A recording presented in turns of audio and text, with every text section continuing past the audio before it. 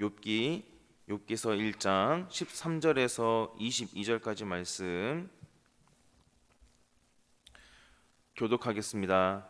하루는 욥의 자녀들이 그 맏아들의 집에서 음식을 먹으며 포도주를 마실 때에 사환이 욥에게 와서 아뢰되 소는 밭을 갈고 나귀는 그 곁에서 풀을 먹는데 스바 사람이 갑자기 이르러 그것들을 빼앗고 칼로 종들을 죽였나이다. 나만 홀로 피하였으므로 주인께 아뢰러 왔나이다. 그가 아직 말하는 동안에 또 한 사람이 와서 아뢰되 하나님의 불이 하늘에서 떨어져서 양과 종들을 살라 버렸나이다. 나만 홀로 피하였으므로 주인께 아뢰러 왔나이다. 그가 아직 말하는 동안에 또 한 사람이 와서 아뢰되 갈대아 사람이 새 무리를 지어 갑자기 낙타에게 달려들어 그것을 빼앗으며 칼로 종들을 죽였나이다. 나만 홀로 피하였으므로 주인께 아뢰러 왔나이다. 그가 아직 말하는 동안에 또 한 사람이 와서 아뢰되 주인의 자녀들이 그들의 맏아들의 집에서 음식을 먹으며 포도주를 마시는데 거친 들에서 큰 바람이 와서 집 내 모퉁이를 치매 그 청년들 위에 무너짐으로 그들이 죽었나이다. 나만 홀로 피하였으므로 주인께 아뢰러 왔나이다 한지라. 욥이 일어나 겉옷을 찢고 머리털을 밀고 땅에 엎드려 예배하며 이르되 내가 모태에서 알몸으로 나왔사온즉 또한 알몸이 그리로 돌아가올지라. 주신 이도 여호와시요 거두신 이도 여호와시오니 여호와의 이름이 찬송을 받으실지니이다 하고 이 모든 일에 욥이 범죄하지 아니하고 하나님을 향하여 원망하지 아니하니라. 아멘. 오늘도 새벽을 깨워서 이 자리에 나오신 우리 귀한 성도님들께 하나님이 주시는 은혜와 또 평강의 복이 충만하기를 주님의 이름으로 축복합니다. 오늘 말씀의 내용을 보면 욥이 고난 당하는 내용이 나옵니다. 그런데 욥이 고난을 당하기 전에 13절에서 14절 말씀을 보게 되면 매우 또 고요하고 평화로워 보입니다. 우리 13절에서 14절 말씀 같이 읽겠습니다. 하루는 욥의 자녀들이 그 맏아들의 집에서 음식을 먹으며 포도주를 마실 때에 사환이 욥에게 와서 아뢰되 소는 밭을 갈고 나귀는 그 곁에서 풀을 먹는데. 아멘. 13절에서 말씀을 보게 되면 이제 하루는 이라고 하면서 시작하고 있죠. 여기에서 말하고 있는 하루는 늘 그래왔던 평범한 일상의 하루를 의미합니다. 그러니까 이제 욥의 자녀들이 맏아들의 집에 모여서 가장 큰 형님, 가장 큰 오빠 집에 모여서 함께 음식을 먹으면서 포도주를 마시는 것이 특별한 일이 아니었다라는 것입니다. 그리고 욥의 종들이 돌보고 있었던 짐승들 역시 늘 그래왔듯이 밭을 갈고 있었고 풀을 먹고 있는 그러한 상황이었다라는 것이죠. 엄청난 재앙이 닥치기 이전에 욥의 자녀들이 일상을 보내는 모습과 또 욥의 종들이 짐승을 돌보고 또 짐승들이 역시 각자 하는 일들을 통해서 그 모습들을 요약해서 보여주고 있습니다. 어떻게 보면 마치 폭풍전야와 같은 그러한 상황이죠. 이렇게 평화로운 일상이 계속될 것 같았는데 분위기가 이제 갑작스럽게 바뀌게 됩니다. 평화로웠던 분위기는 순식간에 어둡게 바뀌게 되고 갑작스러운 소식이 종들로부터 이제 욥에게 들려지기 시작합니다. 우리 14절에서 15절까지 말씀 함께 읽겠습니다. 사환이 욥에게 와서 아뢰되 소는 밭을 갈고 나귀는 그 곁에서 풀을 먹는데 스바 사람이 갑자기 이르러 그것들을 빼앗고 칼로 종들을 죽였나이다. 나만 홀로 피하였으므로 주인께 아뢰러 왔나이다. 아멘. 욥이 첫 번째로 당하는 재앙입니다. 그냥 일상적으로 소는 밭을 갈고 있었고 나귀는 그 곁에서 풀을 뜯고 있었다라고 그렇게 말을 했습니다. 근데 그 뒤를 이어서 갑작스럽게 스바 사람이 칼을 들고 와서 짐승들을 빼앗아가고 그 자리에서 짐승들을 돌보고 있었던 그 욥의 종들을 죽였다라고 말하고 있습니다. 여기에서 등장하고 있는 이 스바 사람은 욥이 살고 있었던 그 우스 땅과 가까운 거리에 있었던 것으로 보입니다. 이때에 소나 그리고 나귀가 몇 마리나 그 자리에 있었는지 성경에서는 말하고 있지는 않습니다. 하지만 본문의 문맥을 봤을 때에 전부 잃어버렸다라고 봐도 될 정도로 상황이 매우 좋지 않았다라는 것을 보여주고 있죠. 지금 욥은 자신이 무슨 말을 듣고 있는지 감도 잡히지 않았을 것입니다. 정신없는 그 와중에 더 기가 막힌 소식이 들립니다. 아직 첫 번째 재앙을 종이 보고하고 있는 와중에 아직 그 종의 말이 끝나지도 않았는데 또 다른 종이 와서 긴박하게 말합니다. 16절 말씀 우리 함께 읽겠습니다. 그가 아직 말하는 동안에 또 한 사람이 와서 아뢰되 하나님의 불이 하늘에서 떨어져서 양과 종들을 살라버렸나이다. 나만 홀로 피하였으므로 주님께 아뢰러 왔나이다. 아멘. 이번에는 하늘에서 하나님의 불이 떨어져 양과 종들을 불살라 버렸다라고 말하고 있습니다. 그리고 자신만 혼자 살아남아서 지금 주인인 욥에게 보고하기 위해서 왔다고 하죠. 그런데 여기에서 하나님의 불이다라고 하는 것은 하늘에서 떨어진 벼락을 의미합니다. 이 말씀을 보면 하나님이 욥에게 직접적으로 재앙을 내리셨다라고 그렇게 볼 수도 있습니다. 하지만 하나님께서는 사탄에게 그의 몸, 그의 생명은 건들지 말라고 하시면서 그 외에는 전부 사탄에게 맡기셨다라고 허용하셨다라고 12절에서 말씀합니다. 그러니까 하나님이 사탄에게 욥을 칠 수 있는 욥의 소유물을 칠 수 있도록 허락하신 것뿐이죠. 그렇기 때문에 여기에서 하나님의 불은 하나님이 직접 욥에게 내리신 재앙을 의미하는 것이 아닙니다. 그렇다면 왜 욥의 종은 이렇게 욥에게 와서 하나님의 불이 떨어졌다라고 말한 것일까요? 그 이유는 이때 당시의 정서를 우리가 생각을 해봤을 때에 천재지변은 신들이 내리는 재앙이다라고 그렇게 간주했습니다. 욥은 하나님을 섬기는 자였죠. 종들도 역시 이 욥이 하나님을 섬기는 자라는 것을 알고 있었을 것입니다. 그래서 욥의 종은 마치 하나님께서 직접 이제 재앙을 내리신 것처럼 욥에게 보고를 하고 있는 것이죠. 이때 떨어진 벼락은 한순간에 7,000마리의 양과 수많은 종들을 불사를 수 있는 초자연적인 규모였습니다. 지금 욥은 한 번에 좋지 않은 소식을 두 가지나 들었습니다. 게다가 16절의 내용을 또 역시 종이 욥에게 보고하고 있는 와중에 또 다른 한 종이 와서 긴급하게 욥에게 또 소식을 알리게 됩니다. 우리 17절 말씀 한번 같이 읽겠습니다. 그가 아직 말하는 동안에 또 한 사람이 와서 아뢰되 갈대아 사람이 새 무리를 지어 갑자기 낙타에게 달려들어 그것을 빼앗으며 칼로 종들을 죽였나이다. 나만 홀로 피하였으므로 주인께 아뢰러 왔나이다. 아멘. 이번에는 새 무리를 지은 갈대아 사람들이 나타나서 갑자기 낙타에게 달려듭니다. 그래서 낙타들을 빼앗고 칼로 종들을 죽였다라고 하죠. 1장 3절에서 말씀하고 있듯이 욥에게는 낙타가 3,000마리나 있었습니다. 당시의 낙타는 그 어떤 짐승보다도 가장 비싼 그러한 값비싼 짐승이었습니다. 이렇게 욥은 낙타까지 해서 자신의 재물을 모두 잃어버리게 됩니다. 모든 재물을 갑작스럽게 잃게 된, 정말 순식간에 잃어버리게 된 그 욥의 심정은 너무 당황스럽기도 하고 어안이 벙벙했을 것입니다. 아직 머릿속으로 일어난 일을 지금 욥은 정리하지도 못하고 있습니다. 그런데 이런 와중에 가장 충격적이고 가장 비극적인 소식을 욥은 듣게 됩니다. 18절에서 19절 말씀 제가 읽겠습니다. 그가 아직 말하는 동안에 또 한 사람이 와서 아뢰되 주인의 자녀들이 그들의 맏아들의 집에서 음식을 먹으며 포도주를 마시는데 거친 들에서 큰 바람이 와서 집 내 모퉁이를 치매 그 청년들 위에 무너짐으로 그들이 죽었나이다. 나만 홀로 피하였으므로 주인께 아뢰러 왔나이다 한지라. 아멘.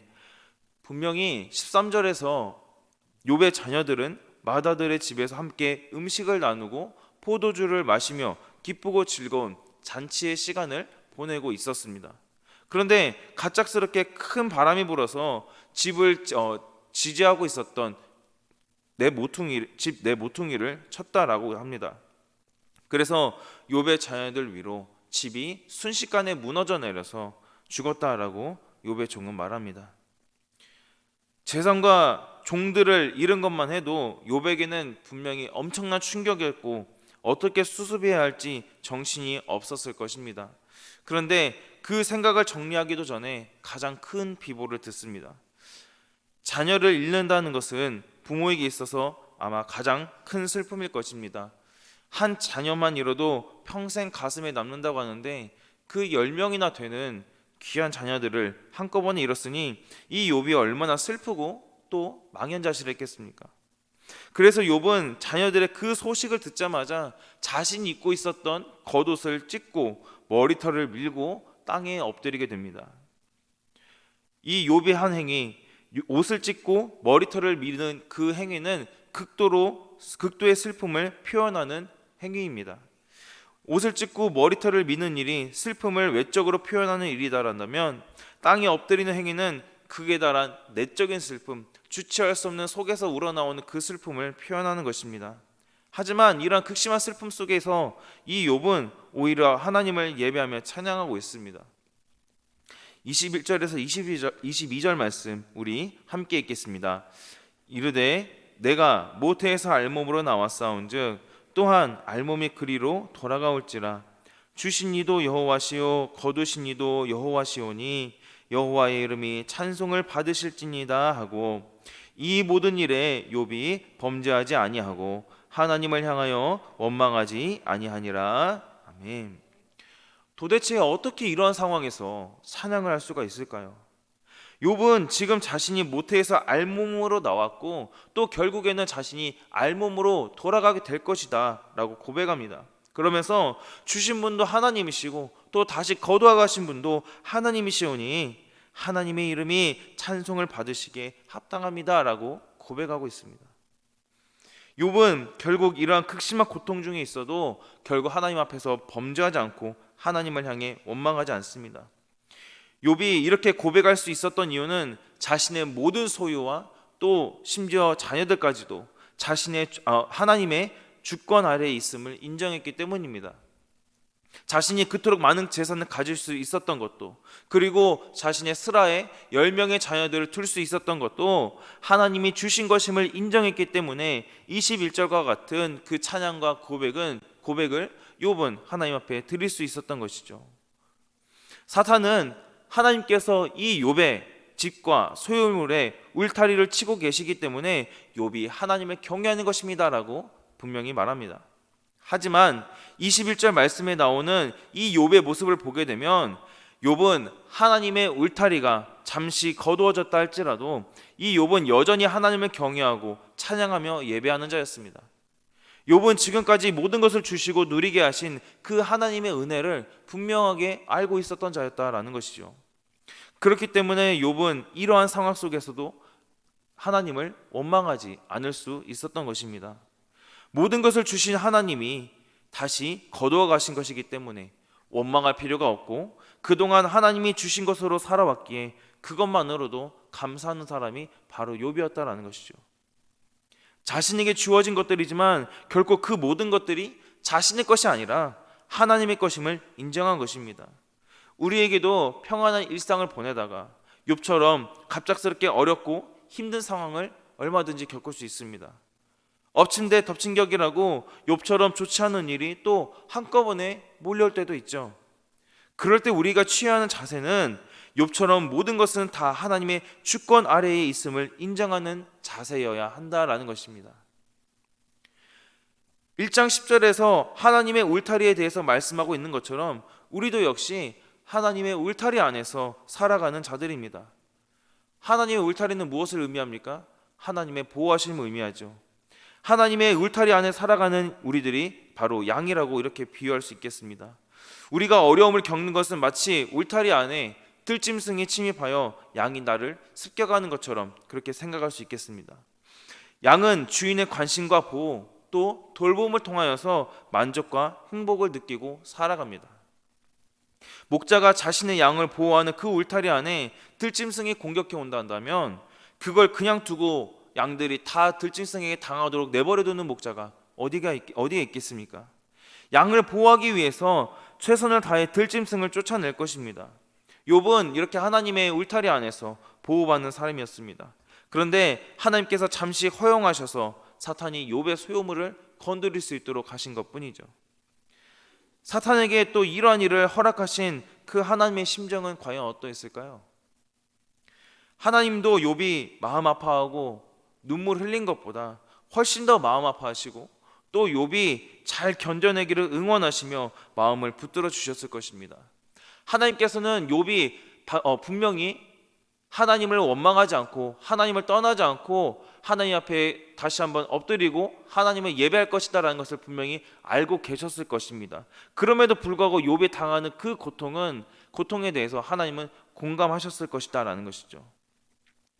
이렇게 우리가 어떠한 어려움을 겪는다 할지라도 하나님께서 그 하늘 보좌 위에서 우리와 함께 하시며 우리들의 마음도 역시 붙들어 주신다라는 사실입니다.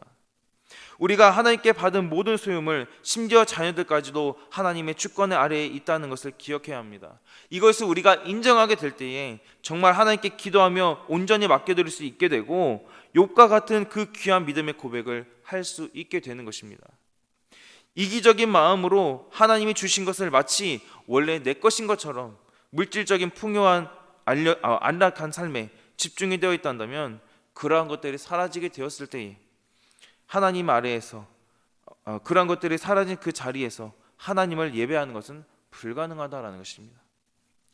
욥의 고백처럼 우리도 역시 알몸으로 왔다가 결국 알몸으로 돌아가게 될 것입니다.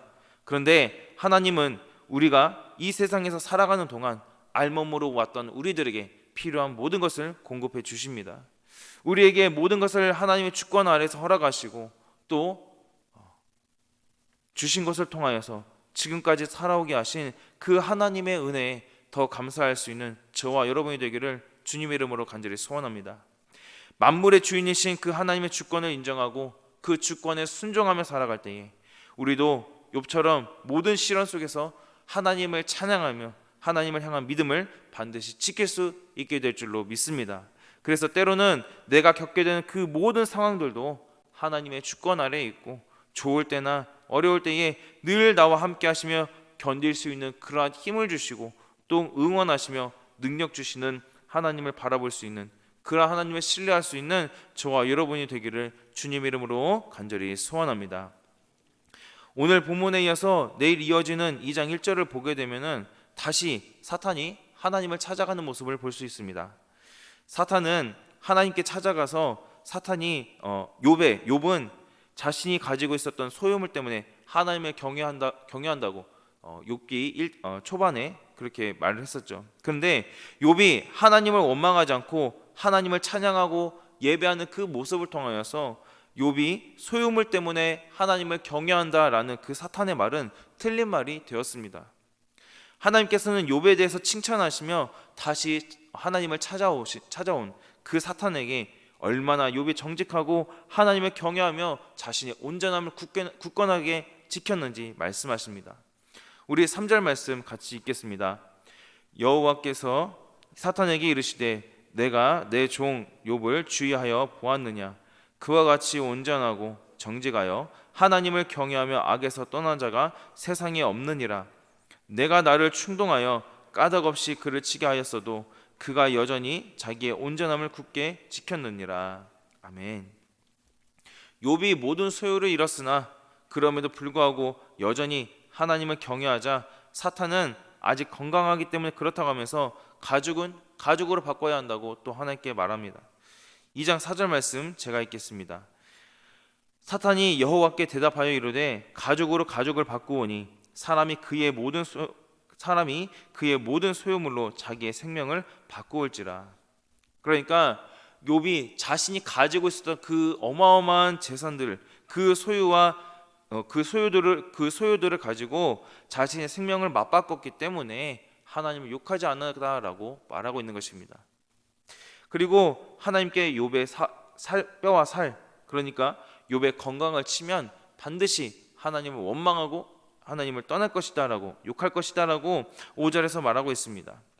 이에 하나님은 사탄에게 또 욥의 생명만 놔두고 그럼 건강만 건드릴 수 있도록 허용하십니다. 그래서 사탄은 욥의 발바닥부터 정수리에 이르기까지 정말 온몸에 종기가 나게 합니다. 욥이 그 극심한 가려움을 견디지 못하고 재 속에 앉아서 질그릇 조각을 가져다가 몸을 긁고 있습니다. 그러니까 욥의 그 비참한 모습을 보고 있었던 아내는 자신의 온전함, 그러니까 그 욥의 신앙의 정죄를 왜 아직도 굳게 지키고 있냐라고 하면서 하나님을 욕하고 죽어라라고 그런 정말 심한 악담을 합니다. 하나님을 욕하고 죽으라고 한 이유는 하나님을 욕하면 하나님께서 벌을 내리셔서 욥이 자신의 남편 욥이 그 자리에서 죽을 것이기 때문에 그렇게 말한 것일 것입니다. 간혹 이렇게 말한 욥의 아내에 대해서 나쁘게 말하는 경우가 있는데요. 하지만 욥의 아내 역시 육신의 질병이 없을 뿐이지 정신적으로나 또 심적으로 심한 고통 중에 있을 것입니다. 물론 그렇다고 해서 하나님을 욕하고 죽으라고 한 것은 매우 잘못된 것이지만 한순간의 재산과 또 그 많은 자녀들을 한꺼번에 다 잃었으니 이 욥의 아내 심정 역시 오죽할까요? 얼마나 하나님에 대한 실망이 컸으면 그런 말을 했겠습니까? 남편에 대한 속상함과 또 하나님에 대한 굉장한 서운함이 묻어나는 부분이라고 할 수 있겠습니다. 오히려 욥의 아내가 사탄이 욥에게 원했던 그 모습을 보여주고 있죠. 우리도 하나님의 주권과 내가 받은 복이 모든 복이 하나님께로부터 왔음을 정말 인정하지 않고 세상의 안락한 삶만 바란다면 그것이 사라지게 되었을 때 욥의 아내와 같은 말을 할 수도 있다는 것을 우리가 기억해야 한다는 겁니다. 그렇기 때문에 우리가 욥처럼 하나님에 대한 주권을 반드시 인정해야 하고 하나님을 신뢰하는 것이죠. 그래서 욥은 여전히 하나님에 대한 신앙을 지키며 아내에게 어리석은 여자처럼 말한다고 하면서 우리가 하나님께 복만 받고 왜 화와 고난은 받지 않겠다라고 하는 거냐고 말하고 있습니다. 그리고 모든 일에 욥이 입술로 범죄하지 않았음을 2장 10절에서 말씀합니다. 욥이 이제 욥에게 자기 지역에서 욥을 위로하기 위해서 욥에 대한 소식을 듣고 3명의 친구가 찾아옵니다.